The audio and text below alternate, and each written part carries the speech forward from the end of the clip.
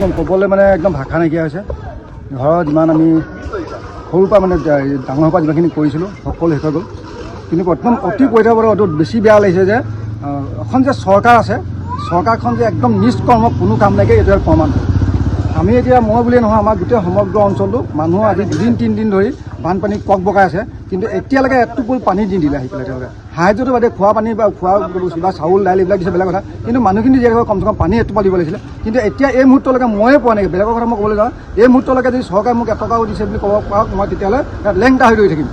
এতিয়ালৈকে এটোপাল পানী যোগাৰ নহয়। তেওঁলোকে এইটো যদি তেওঁলোকে চলাবই নলয়, তেওঁলোকে পদত্যাগ কৰক। আৰু প্ৰশাসন তন্ত্ৰটো SDO যি হওক, আমাৰ DC হওক, তেওঁলোকে ইয়াত কাম নাই নি, বেলেগ কাম নাই নি আৰু তেওঁলোকে অকল মিটিং মাৰি আছে। ডাঙৰ মিনিষ্টাৰবিলাক আহিছে, তেওঁলোকে ডাঙৰ মানুহৰ লগত মিটিং মাৰিছে। মিটিং মাৰা সময় নিতিয়া এতিয়া তেওঁলোকে ৰাজ্য ওচৰলৈ আহি পেলাই ৰাইজক সুধিব লাগে আপোনালোকৰ কি দৰকাৰ হৈছে। কিন্তু তেওঁলোকে এইবিলাক কোৱা নাই। তেওঁলোকে কি হ'ল, এই এখন বটত উঠি তেওঁলোকে ইয়াত চিনেমা চাবলৈ অহা নিচিনা চক্কৰ মাৰি আছে। আৰু হেলিকপ্টাৰখন যে আহিছে মানুহক দেখুৱাবলৈ আহিছে। ইয়াত এটা মানুহে যদি মোক আমাৰ গাঁওখনত এটা মানুহে এতিয়ালৈকে ৰিলিফ পোৱা নাই। হেলিকপ্টাৰৰ ওপৰৰ পৰা ফটো ল'বলৈ আহিছে তেওঁলোকে। গতিকে অনুৰোধ জনাইছোঁ অতি সোনকালে আমাৰ CM ছাৰে কিবা এটা ব্যৱস্থা গ্ৰহণ কৰক, নহ'লে কিন্তু আমি এনেই মৰিব লাগিব। কাৰণ আমাৰ একোৱে নাইকিয়া। মোৰ ছোৱালীজনী কিতাপ পত্ৰ যি লেপটপ চেপটপ আছে সকলো সেই ঘৰত একদম A to Z একো নাইকিয়া। বৰ্তমান মানে চাউলৰ পৰা আৰম্ভ কৰি একেবাৰে মানে একোৱে নাইকিয়া, ধূপ নাই, একো নাইকিয়া বুলি ক'লেও বেয়া নহয়। যিমান ইনভাৰ্টাৰ আছিলে, গাড়ী ঘোঁৰা আছিলে, সকলো শেষ। ইমানলৈকে পানী।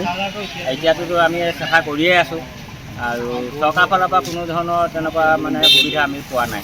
পানী বটলে হওক বা খাদ্যই হওক, আমি যোগান পোৱা নাই। মানে এই মুহূৰ্তলৈকে প্ৰশাসনৰ কোনো মানুহ আপোনালোকৰ ওচৰত অহা নাই, খবৰ পোৱা নাই, পানী বটল চানী বটল একো দিয়া নাই।